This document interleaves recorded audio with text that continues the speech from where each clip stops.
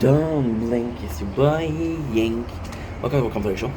Guess you're doing well. Guess you're having a wonderful day on this 15th July 2025. Today, we are asking ourselves a pretty freaking important question. I got next to no batteries left. How much? 25%. We're still pretty good. We do a new ice score, I think. A new ice score. Today we're answering the question. The question itself is: I went to my father's house yesterday. And he wasn't. Oh, I got a text. My mom. At 6:50. Good morning.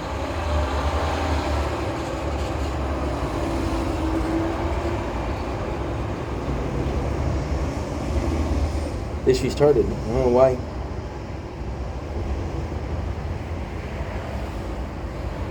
Yeah, my recording, my uploading restarted. I don't know how it works. That's okay. So my mom texted me.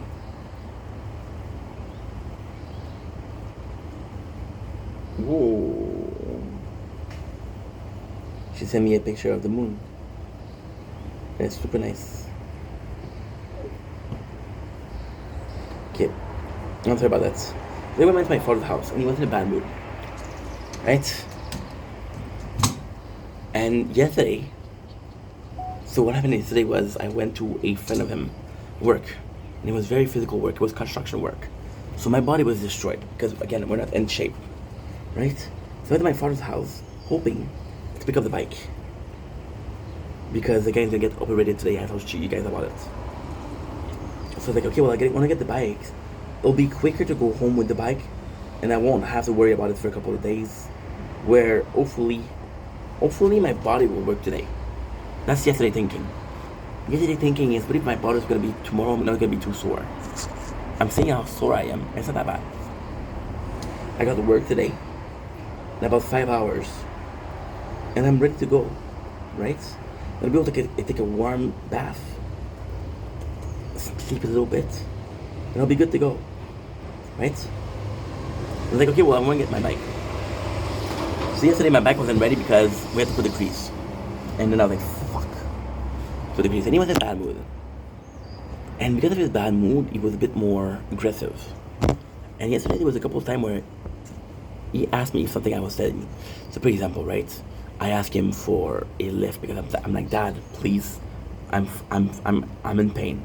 Like, don't get a habit of me giving you a lift. Like, what the fuck are you talking about? I asked you once. And he said, no, I gave you a lift yesterday, which was Sunday. But Sunday was raining. It was raining hard. Guys, remember we filmed it. They wanted me to walk in the rain or to walk in pain. I'm like, that's not okay. That's not normal. And then he was like, yeah, today you're in pain because you work. Yesterday I didn't have to give you a lift.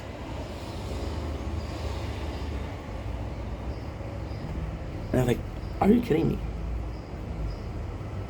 And then give me the reason why I had to give you a lift. I didn't force you to give me a lift. You gave me a lift. I asked you. I said, hey, I don't have to wait to go back home. Give me a lift. You know?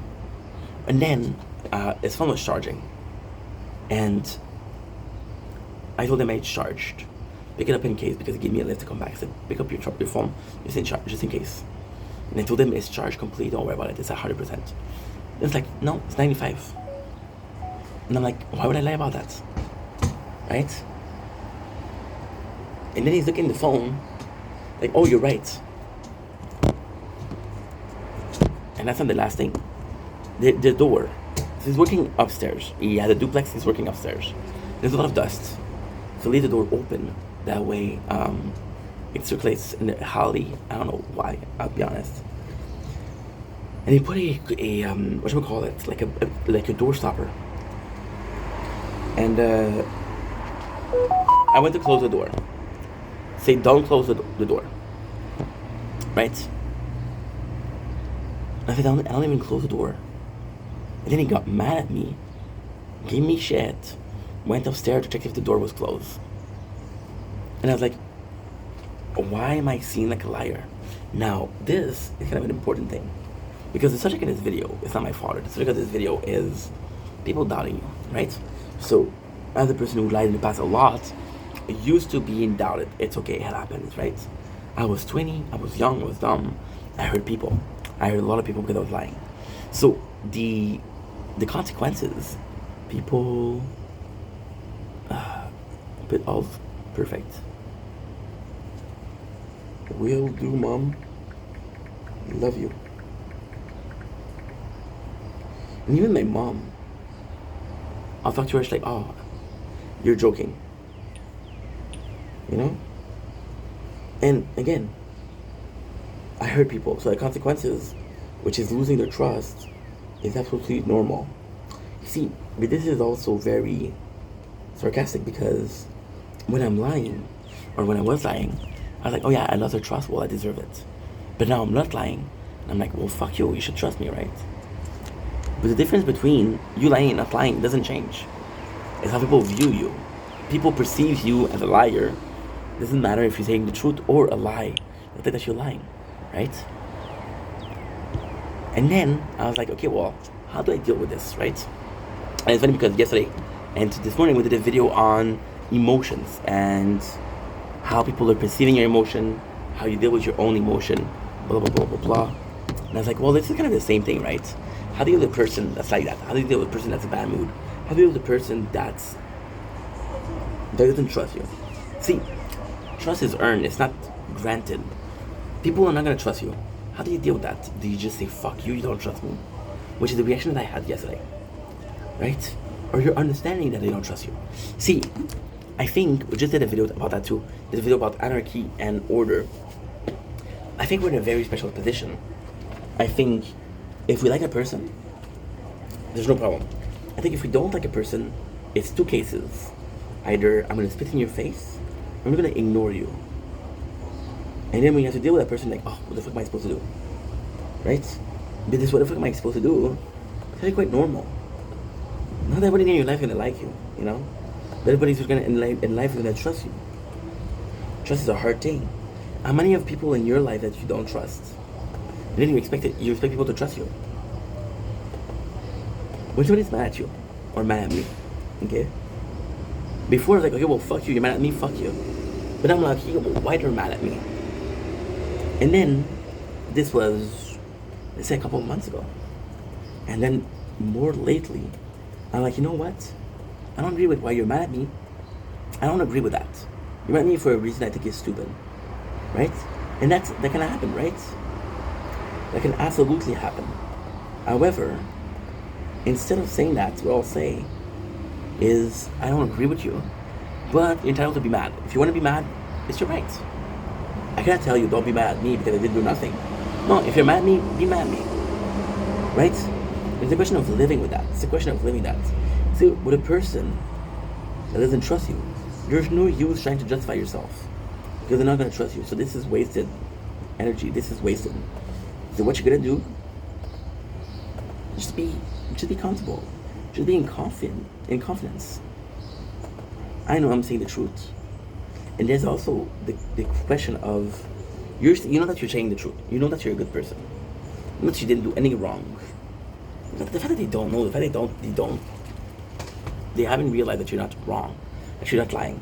For example, my father yesterday said, oh, the phone is at 95%. And I showed him. No, it's at 100%. Oh, okay. I'm like, dude, you just call me a liar, bro. You know? But with the confidence, you not needing to prove anything is the biggest gift you can do to yourself. What am I trying to prove? What am I trying to convince? There's so much time in my life where I try to convince people that didn't deserve it. It's like, why do I give a fuck what you think about me? You know? At the same time, you being seen as a liar is not good. But people having a negative opinion about you is not good. Because this is all part of the bigger scheme. If you're in a room full of people and a couple of people don't like you, well, it happens. If you're in a room full of people and everybody hates you, did something wrong. The question is, what did you do wrong? The second question is, were you justified? The third question is, can I live what I did? For example, I told you guys a story about a knife. So I'm at work, there's a guy that always loses his knife. He borrows mine. I don't care. I lend it to him. 2 weeks later, I found the knife. And what he did was he took my knife, he took out the name, my name on top of it, and he put his. So what did I do? I stole this knife, which was my knife.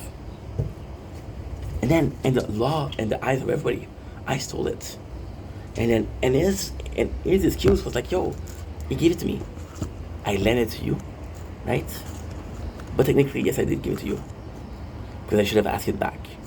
But in my mind, you said, oh, I lost it. I believed you. Because the guy said he lost it. The guy said, I lost your knife. So I trust him. Because, he loses the knife on me every other day. So in people's mind, I was the asshole because I stole my knife. Right? And then I tried to convince people, like, hey, it was my knife, it was my knife, it was my knife. Then I realized, like, no, I don't care. You think I stole a knife? Okay, I stole a knife. I know what I did wasn't wrong. I know I was justified with what I did. Now, was that enough for me? That wasn't enough for me. Yesterday, I didn't need my father to believe me that his phone was at 100%. It's a simple fact that he didn't believe me. Then you're asking yourself, why? And I say, it's a tough thing. It's a tough thing because I think, inevitably speaking, we're doubtful. See, one of the first things a kid does, a baby does, is question. Question this and this and this and this and this and this and this. Now, they do it out of curiosity. They do it because they don't know, right? But as adults, we still do that. And then what changes is that now, we ask questions because we're doubtful. We're doubtful because of our life experiences, which is actually normal, you know?